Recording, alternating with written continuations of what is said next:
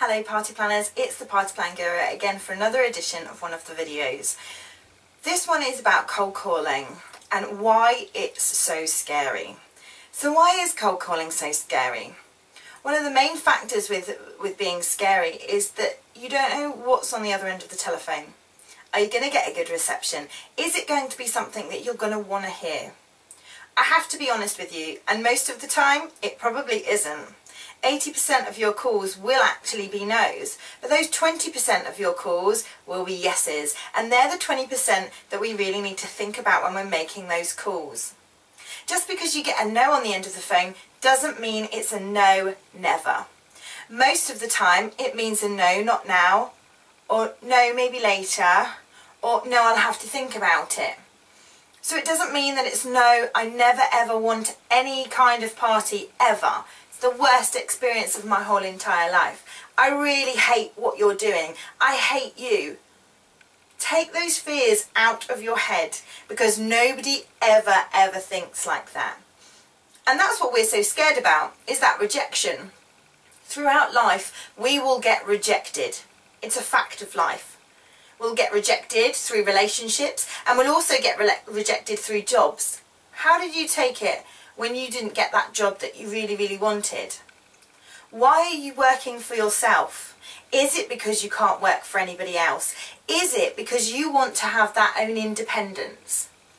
Whatever it is, it could have been that you could have had a really bad relationship and you're really scared of being rejected over and over again.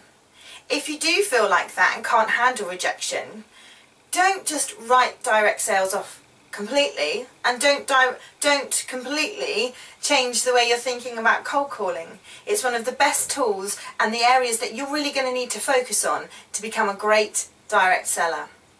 So why we think it's scary is all down to us. It's all down to how we're thinking and also how we're interpreting that call already, even before it's taken place. So what I want you to do now is take those completely out of your head, grab hold of them, sit in a dark room and really think into your mind and take that negative thought out. Visualize yourself taking that thought out of your head and throwing it in the bin. Throw it out of the house, whatever you need to do. Don't think negatively towards cold calling, because like I said, it's the best thing that you can use for direct sales. So why do we think that others don't like it? Why do we get on that telephone and we sit there before it's even rung and go, I can't do this. They're going to hate me. They're going to hate what products I've got. They're going to hate the offers that I have. Why do we think that? We could pick up that phone and the first phone call that we make is somebody getting really excited at the fact that you've just called them. Because hang on, they were just thinking about having a party. Or last week they'd been discussing it with their friends. Do you want to miss out on that just because you're thinking differently? The answer probably is no. You really want to get hold of those clients. They're the clients and the customers that you want to have, because potentially that one party could lead into a recruit. It could lead into 2 recruits just from that one party. And by not phoning them, that means you've lost out on 2 massive, huge things to build your business. So don't preempt what people are going to say. You never know. And like I said, if they're going to say no, they're going to say no, it's not right for them right now. So you call them again and you ask if you can speak to them in maybe a month's time or in 2 months' time, when their position and their situation has changed and it might be better for them. So never ever think that a no is always going to be on the telephone, or that they're going to hate you for it. They never say they hate you. And to be fair, they probably won't go to their friends or their partner and say, oh, I've just had this phone call from a direct seller again. The people that usually have that struggling technique are the ones that are in call centres. They get rejected day after day after day, and hour after hour. They could be on the phone for 2 hours before they get that yes, or before they can direct their call to somebody that they really want to sell to. So how do they do it? How do they sit there hour after hour and talk to people that are going to hang up on them, that are going to be abusive towards them, that are going to just say, look, can you stop calling me? I've had enough.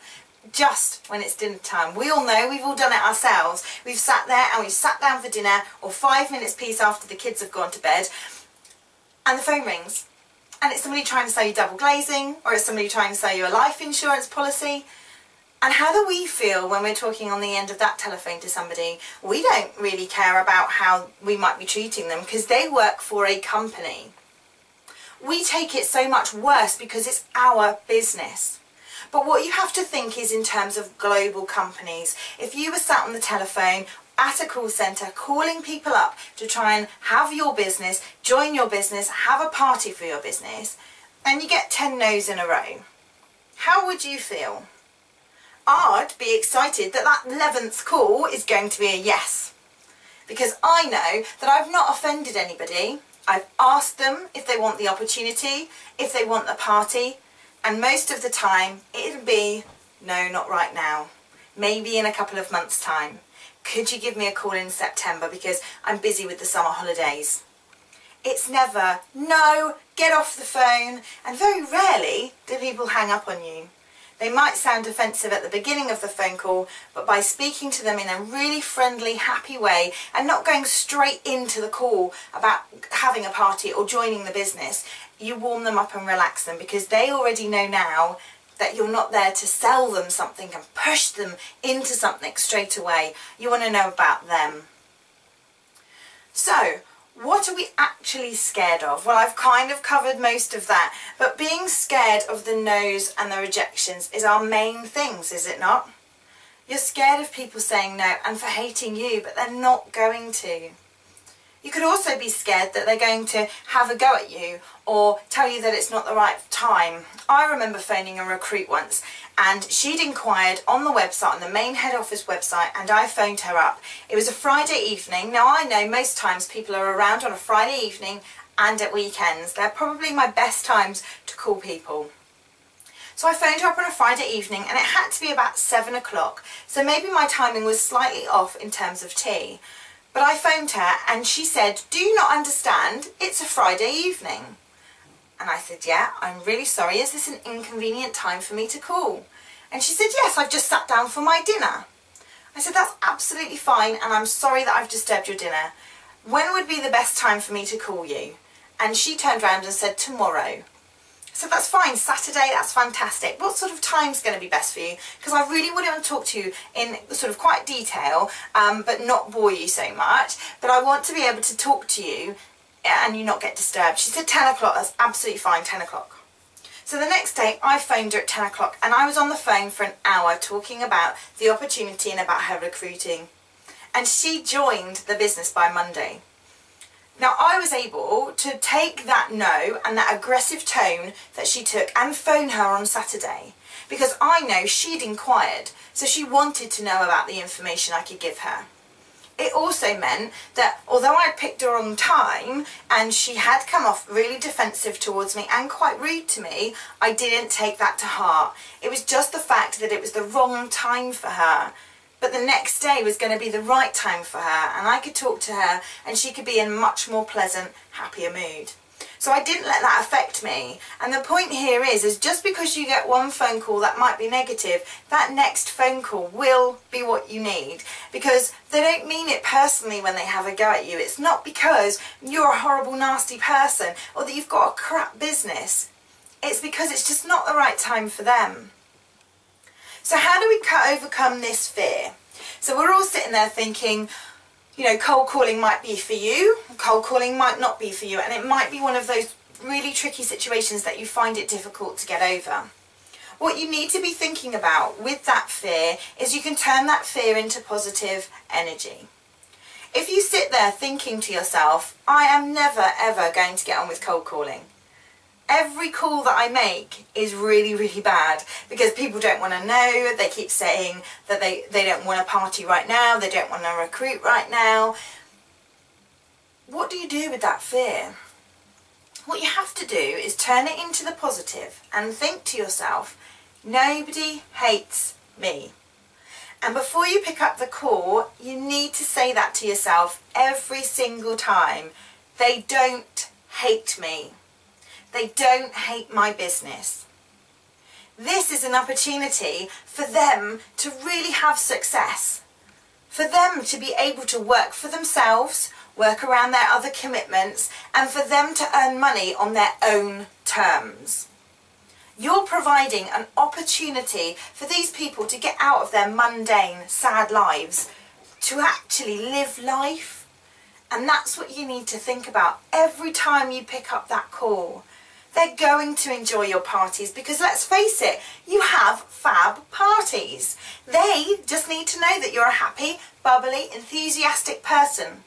But if you pick up that phone and you're nervous and scared and they're controlling the phone call, it's not going to happen.